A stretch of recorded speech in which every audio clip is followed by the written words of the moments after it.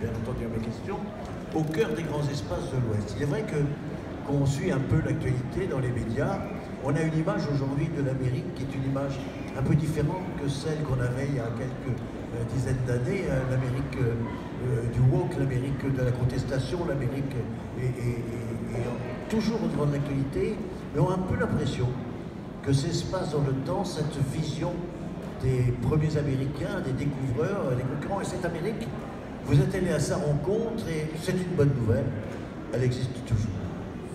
Absolument, et je trouvais que le titre de l'intervention était particulièrement bien choisi parce qu'en fait c'est le cœur du livre.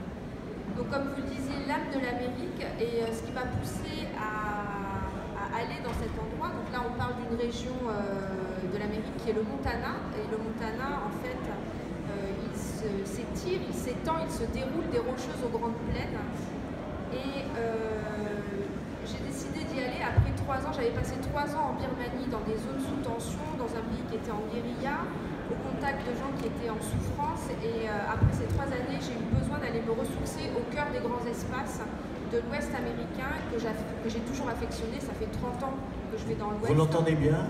Le micro il est un peu moyen. Non, non, il faut le mettre comme ça. Et là, est-ce que ça va mieux? Oui. En fait,